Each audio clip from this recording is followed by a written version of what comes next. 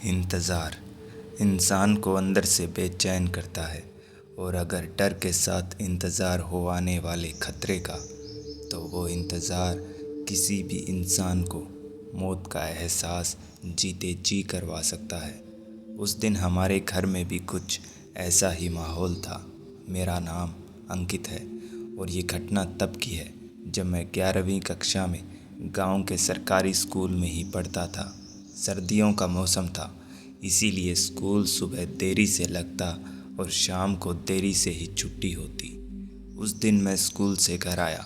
अक्सर मेरी बूढ़ी दादी मुझे दरवाजे पर ही बैठी मिलती, मगर आज दादी दरवाजे पर नहीं थी। मैं घर में दाखिल हुआ।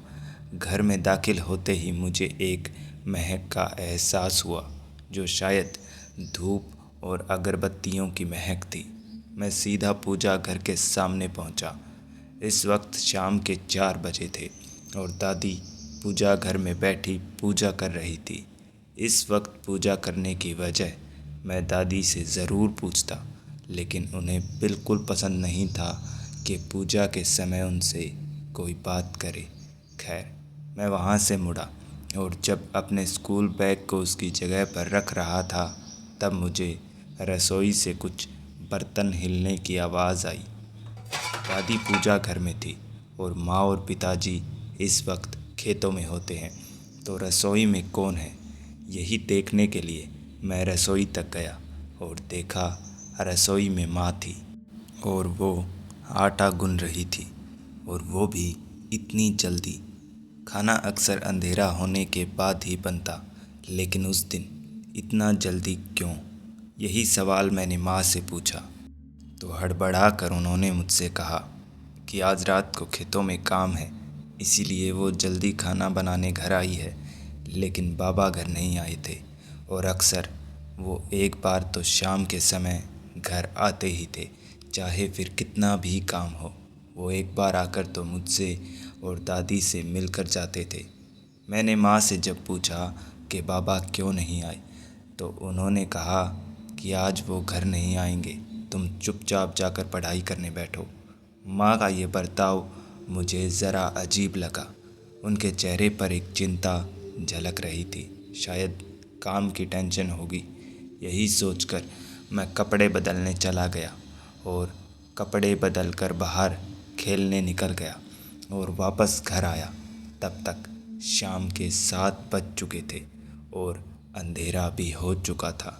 और मेरे घर में दाखिल होते ही एक बार फिर से मैंने वही महक महसूस की जो पूजा घर से आ रही थी।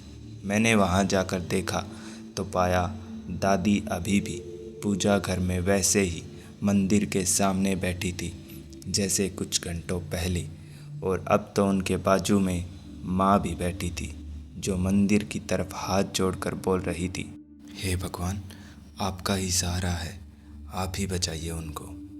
ये बात सुनते ही मेरा माथा ठनका और मेरे मन में एक ही ख्याल आया कि बाबा किसी मुसीबत में हैं, और इसीलिए पूजा घर में अंदर की तरफ कदम रखते हुए मैंने माँ से पूछा, बाबा को क्या हुआ है माँ?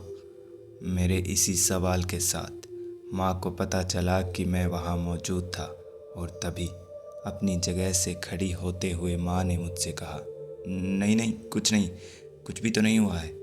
और इतना बोलकर वो मेरे पास से गुज़र कर पूजा घर से बाहर निकल कर आ गई, और दादी तब भी वैसे ही हाथ जोड़कर बैठी रही। लेकिन मैं इतना तो समझ चुका था कि मुझसे कुछ तो छुपाया जा रहा है।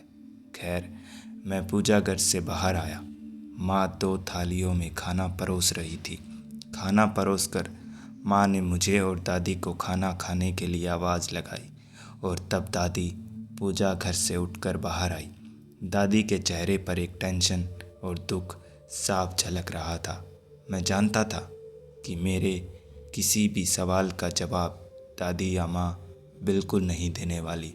खैर, मैं दादी के साथ खाना खाने बैठा, लेकिन माँ तब भी दरवाजे की तरफ बार बार डरी सहमी सी देख रही थी। उनके माथे पर इस ठंडे मौसम में भी पसीना आ चुका था। उनको देखकर ऐसा लग रहा था मानो वो किसी के इंतज़ार में है।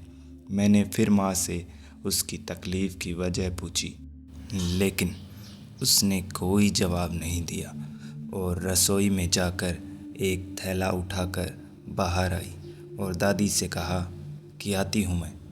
दादी ने कुछ सोच विचार करके हाँ में गर्दन हिलाई और माँ हाथ में लालटेन और वो थैला लेकर घर से बाहर निकल गई। दादी ने खाना नहीं खाया और माँ के जाते ही वो फिर से पूजा घर में जाकर बैठ गई और मैं दादी को बिना पता लगे धीमे से दरवाज़ा खोलकर बाहर निकल गया।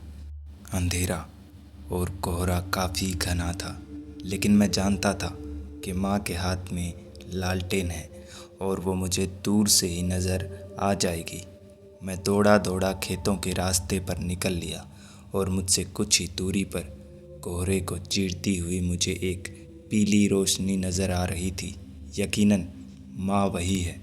मैं पीछे पीछे चलता रहा, लेकिन उस रात ठंडी हवा मेरी हड्डियों को छू रही थी, जिससे मेरे रोंगटे खड़े हो रहे थे। खैर, माँ को भनक तक नहीं हुई और मैं उनके पीछे पीछे खेतों में पहुँच गया।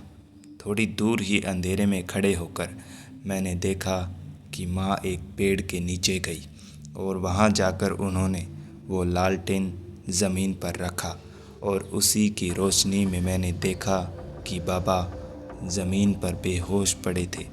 ये देखकर मुझसे रहा नहीं गया और मैं बाबा को पुकारता हुआ दौड़ा बाबा की तरफ और तभी माँ ने पलटकर मेरी तरफ दौड़ लगाई और मुझे कसकर पकड़ लिया। मैं चिल्लाने लगा कि मुझे बाबा के पास जाना है और माँ मुझे बस कसकर पकड़े रही और तभी मैंने और माँ ने सुना कि बाबा एक अजीब सी आवाज़ करने लगे, जो सुनकर माँ ने मुझे छोड़ दिया और मैंने छटपटाना बंद किया। हम दोनों बाबा की तरफ देख रहे थे और कुछ ही पलों में बाबा ने वो अजीब सी आवाज़ निकालना बंद किया और तभी वो अचानक अपनी जगह पर उठकर ऐसे बैठे मानो उन्हें किसी ने पकड़ कर उठाया हो। लालटेन की रोशनी में मुझे बाबा का चेहरा दिखाई दे रहा था। उनके होठों पर एक जहर सी मुस्कान थी और वो मेरी ही तरफ देख रहे थे। एक हाथ उठाकर उन्होंने मुझे पास बुलाने का इशारा किया, लेकिन माँ ने मुझे फिर से कसकर पकड़ लिया और तभी बाबा एक भयानक आवाज़ में मुझसे बोले, हाँ हाँ मेरे बच्चे, मेरे पास आ। हाँ हाँ आजा बेटा, हाँ मेरे बच्चे। लेकिन मैं इतना तो समझ चुका था कि वो बाबा तो नहीं है, बल्कि बाबा के रूप में कोई और है। बाबा मुझे अपने पास बुलाते रहे और मैं धीमे धीमे एक एक कदम पीछे सरकाता रहा। बाबा के चेहरे पर एक और चेहरे की झलक भी दिखाई दे रही थी। मैं वहीं खड़ा हो गया और माँ ने बाबा के पास जाकर थैले से खाने का डिब्बा निकाल कर खोल कर रख दिया। बाबा किसी भूखे जानवर की तरह खाने पर टूट पड़े और वो लगातार मेरी तरफ देखते हुए एक ही बात बोले जा रहे थे, हाँ हाँ मेरे बच्चे, मेरे पास आ। मेरी कुछ समझ नहीं आ रहा था कि आखिर बाबा का ये भयानक रूप कैसे और क्यों हुआ। लेकिन तभी खेत में मेरे चाचा और कुछ लोग और पहुँचे और उनके साथ एक तंत्र साधक भी था। चाचा ने माँ से कहा कि मेरे बाबा को उसके चंगुल से आज़ाद करवाने के लिए एक विधि करनी होगी और इस विधि के दौरान आसपास कोई बच्चा या औरत नहीं होनी चाहिए। इसीलिए मुझे और माँ को चाचा ने बिना पीछे मुड़े सीधा घर जाने को कहा और हमने ऐसा ही किया। मैं और माँ वहाँ से चुपचाप निकल पड़े, लेकिन पूरे रास्ते मेरे दिमाग में एक ही बात घूमती रही कि चाचा आखिर बाबा को किसके चंगुल से छुड़वाने की बात कर रहे थे और शायद माँ के पास मेरे सभी सवालों के जवाब भी थे। खैर, हम घर पहुँचे, दरवाज़ा खोलकर घर के अंदर घुसे और घुसते ही एक अजीब सी आवाज़ हमें पूजा घर से आती सुनाई दी। यकीनन वो आवाज़ दादी की ही थी।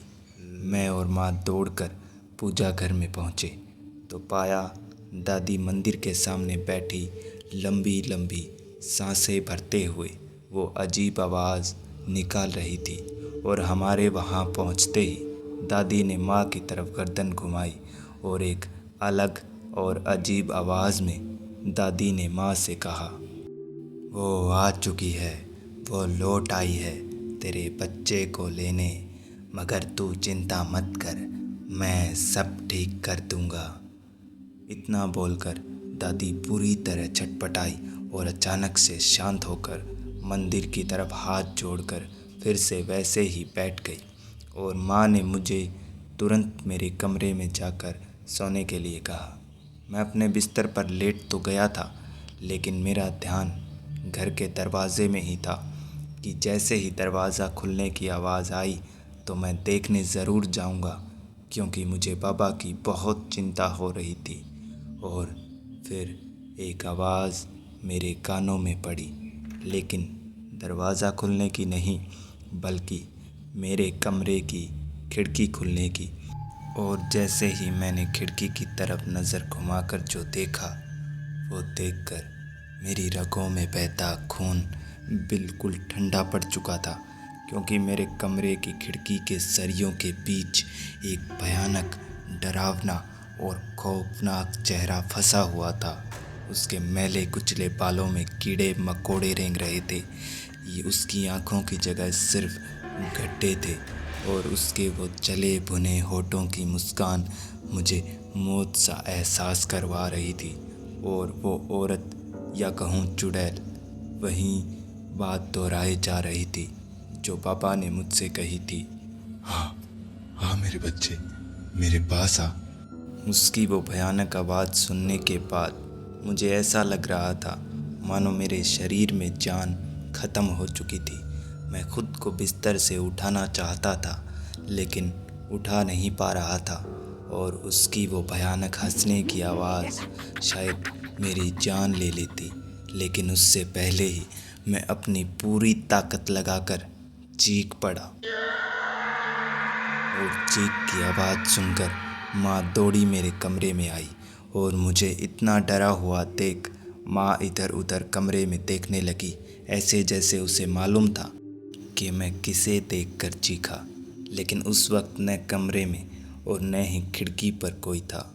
माँ मुझे कमरे से बाहर लाकर हॉल में ले आई, और हॉल में आकर मैंने देखा कि दादी पूजा घर के दरवाजे पर खड़ी बड़ी बड़ी आंखों से हमारी तरफ देख रही थी। और जैसे ही माँ ने मुझे पानी की एक घूंट पिलाई, तभी एक बार फिर एक अजीब सी आवाज़ में दादी मुझसे बोली, वो तुझे लेने आई है, वो तुझे और तेरे पापा को लेकर जाएगी। अगर जान बचानी है तो उसे उसका सामान लौटा दे, लौटा दे। पता नहीं क्यों उस वक्त दादी को देखकर मुझे बहुत डर लग रहा था। और फिर अचानक वो आवाज़, कोई बाहर से दरवाज़ा ज़ोर ज़ोर से पीटने लगा। मुझे लग रहा था कि बाहर वही डरावनी औरत है जिसे मैंने खिड़की पर देखा था। फिर भी माँ दरवाजे की तरफ बढ़ी, लेकिन मैं माँ को रोकना चाहता था। मैं चिल्लाकर बोलना चाहता था कि माँ दरवाज़ा मत खोलना, लेकिन मेरी आवाज़ मेरे गले से बाहर नहीं निकली। और माँ ने दरवाज़ा खोल दिया, और दरवाज़ा खुलते ही चाचा बाबा को कंधे पर उठाए हुए अंदर आए। बाबा बेहोश थे। चाचा ने उन्हें कंधे से उतार कर पलंग पर लेटाया और माँ को बताने लगे, तांत्रिक ने उसका असर भैया से हटा दिया है, लेकिन तांत्रिक ने कहा है कि वो लौट कर आएगी और किसी न किसी को साथ लेकर जाएगी। उसे कुछ चाहिए, वो उसे लौटाना होगा। चाचा की ये बात ख़त्म होते ही मैं अपने आप को रोक नहीं पाया कि आखिर कौन है वो जो बाबा की जान के पीछे पड़ा है। मेरी बात सुनकर दादी मुझ तक चल कर आई और कसकर मेरा कंधा पकड़कर बोली, तू जानना चाहता है वो कौन है? तो सुन, वो तेरे पापा की बहन है जो काफ़ी साल पहले बीमारी ग्रस्त होकर मर गई। इन्होंने उसे खेत में दफना दिया, लेकिन उसकी आत्मा को शांति नहीं मिली और उसकी संगत बुरी आत्माओं के साथ है। इसी वजह से वो तुझे या तेरे पापा को मारने आई है। और अगर खुद को और तेरे पापा को बचाना चाहता है तो जा खेत में अकेले जा, उसी पेड़ के पास वो वहाँ आएगी, तभी उस पर उसी की कोई चीज़ फेंक देना, उसकी आत्मा की शुद्धि हो जाएगी। दादी की ये बात पूरी होते ही माँ ने दादी से कहा, नहीं नहीं, ये नहीं जाएगा, कहो तो मैं चली जाऊंगी, लेकिन ये नहीं जाएगा। दादी फिर बोली, इसे ही जाना होगा, वो भी अकेले। मैं इसकी रक्षा करूंगा, इसे कुछ नहीं होने दूंगा। माँ कुछ बोलने ही वाली थी, लेकिन उन्हें रोकते हुए मैं दादी से बोला, ठीक है तो मैं जाऊंगा, लेकिन वो चीज़ क्या है जो मुझे उस पर फेंकनी है। दादी जवाब में वापस पूजा करके अंदर गई और कुछ पलों बाद लौट कर आकर मेरे हाथ में एक कंगन रख कर बोली, जा, यही वो चीज़ है और डरना मत, मैं तेरे साथ हूँ। और मैं घर से निकलने के लिए तैयार था, लेकिन माँ मुझे रोकना चाहती थी, लेकिन दादी के कहने पर माँ ने मुझे जाने दिया। और सर्द रात के घने कोहरे और गुप अंधेरे में मैं उस कच्चे रास्ते पर निकल पड़ा। ठंड बहुत लग रही थी, लेकिन उस वक्त मैं अपने आप से कोई शिकायत नहीं कर सकता था। गांव से निकलने के बाद उस रास्ते पर मुझे ठीक मेरे पीछे कदमों की आहट सुनाई दे रही थी, लेकिन मैंने पीछे मुड़कर नहीं देखा, क्योंकि जिस औरत को मैंने अपने कमरे की खिड़की पर देखा था उसे दोबारा देखने की मुझ में बिल्कुल हिम्मत नहीं थी। और इसीलिए मैं निरंतर सामने देखता हुआ खेतों की तरफ चलता रहा। वो कदमों की आहट भी मेरे पीछे पीछे आती रही। जैसे जैसे मैं खेत के नज़दीक पहुंच रहा था, वैसे वैसे मेरे दिल की धड़कनों की रफ्तार बढ़ रही थी। और फिर मैं खेत पहुंच गया। मुझे वो पेड़ सामने दिखाई दे रहा था, जिसकी तरफ देखकर मेरा गला सूख रहा था, क्योंकि मुझे बिल्कुल अंदाज़ा नहीं था कि आगे क्या होने वाला है। मैं धीमे धीमे पेड़ की तरफ बढ़ने लगा और मेरे बढ़ते कदमों के साथ आसपास पूरे वातावरण में एक मौत सा सन्नाटा फैल गया। और शायद उस वक्त मैं पेड़ से 5 कदम ही दूर होऊंगा जब पीछे से मुझे किसी ने पुकारा। अंकित, मैं जानता था कि वो आवाज़ किसकी है। मैंने मुड़कर देखा, पीछे माँ खड़ी थी। शायद उसे मेरी चिंता हुई होगी, इसीलिए मेरे पीछे पीछे आ गई। लेकिन कुछ तो अजीब था, क्योंकि माँ के चेहरे पर कोई भाव नहीं था और उसका चेहरा सफ़ेद पड़ चुका था। वो माँ नहीं थी, बल्कि माँ के रूप में कोई और था। और मेरा शक यकीन में भी बदल गया जब मैंने उसके पैर हवा में लहराते हुए देखे। मैं 2 कदम पीछे हटा और उसने मुझसे कहा, आओ बेटा, मेरे पास आओ। अपनी माँ के पास नहीं आओगे? तुम मेरी माँ नहीं हो। मेरी ये बात सुनकर उसके चेहरे पर एक हल्की मुस्कान छाने लगी और धीरे धीरे वो अपने असली रूप में आने लगी। वही रूप जो मैंने अपने कमरे की खिड़की पर देखा था। मैले कुचले बाल, आँखों की जगह काले गड्ढे और काले और कटे हुए होठों की वो जहर सी मुस्कान। और वो धीमे धीमे मेरी तरफ बढ़ने लगी। डर, मौत, दुख, भय, शायद सब कुछ मुझे एक साथ नज़र आ रहा था। लेकिन मैं ये भी जानता था कि मुझे करना क्या है। लेकिन उसके लिए मेरा उसके पास जाना ज़रूरी था। और वो मुझसे कुछ दूरी पर ही रुक गई और मुझसे बोली, मेरे बच्चे, मेरे साथ चल, मैं तुझे हमेशा खुश रखूंगी। और मैंने जवाब में कहा, मैं तैयार हूँ तुम्हारे साथ चलने के लिए। मेरी ये बात सुनकर वो ज़रा सा मुस्कुराई और अपना जला कटा हाथ मेरी तरफ बढ़ाकर 2 कदम मेरी तरफ बढ़ाए और 2 कदम मैंने उसकी तरफ बढ़ाए और अपनी बंद मुट्ठी उसके हाथ में रख दी। उसकी रहस्य भरी मुस्कान से लग रहा था कि अब वो अपनी जीत सुनिश्चित कर चुकी है। तभी मैंने अपनी बंद मुट्ठी खोलकर उसके हाथ में वो कंगन रख दिया और वो भयानक औरत एक बार मुझे और एक बार कंगन को देख रही थी और उसकी आंखों की जगह जो काले गड्ढे थे उनमें से पानी निकलने लगा। वो ज़मीन पर बैठकर उस कंगन को चूमने लगी, कभी सीने से लगाने लगी। कुछ देर ऐसा करने के बाद उसने मुझसे कहा, जा, घर जा। आज के बाद मैं तेरे परिवार को परेशान नहीं करूँगी।